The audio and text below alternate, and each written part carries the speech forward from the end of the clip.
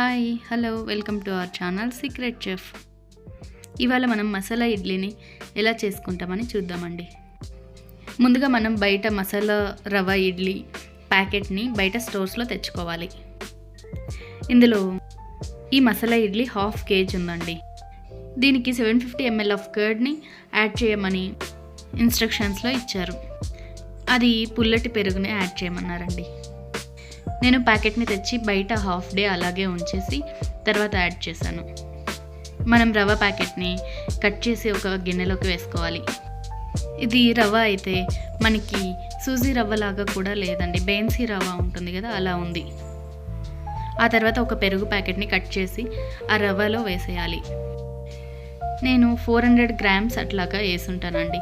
ఎందుకనేసి అంటే మళ్ళీ పెరుగు స్మెల్లే వస్తుందేమో మనకి ఇడ్లీ అన్నట్టు. ఆ తర్వాత కొద్దిగా వాటర్ వేసుకున్నాను. కొంచెం వాటర్ వేసి ఇడ్లీ బ్యాటర్ ఎలా అయితే ఉంటుందో అలా వేసుకొని బాగా కలుపుకోవాలి. ఇడ్లీ పిండిలాగా బాగా జారుడుగా తయారయ్యేలాగా చేసుకోవాలండి. అలా ఒక 15 minutes కలిపేసి వదిలేసిన తర్వాత రవ్వ ఇంకొంచెం గట్టిగా తయారై ఉంటుంది. ఆ తర్వాత ఇంకొద్దిగా వాటర్ వేసుకొని బాగా కలిపేసుకొనేసి ఇడ్లీ పాత్రలో వాటర్ వేసి ప్రీహీట్ చేసుకొని రెడీగా పెట్టుకోవాలండి. ఆ తర్వాత ఇడ్లీ ప్లేట్స్ ఆయిల్ అప్లై చేసి మనం కలిపి పెట్టుకున్న బ్యాటర్ని కూడా వేసుకొని ఎగ్జాక్ట్గా మీడియం ఫ్లేమ్లో 10 to 12 minutes బాగా ఉడకబెట్టుకోవాలి. టైమింగ్ అంతకన్నా ఎక్కువైనా బాగా గట్టిగా అయిపోతాయి, లేకపోతే అంతకన్నా తక్కువైతే ఉడకవండి.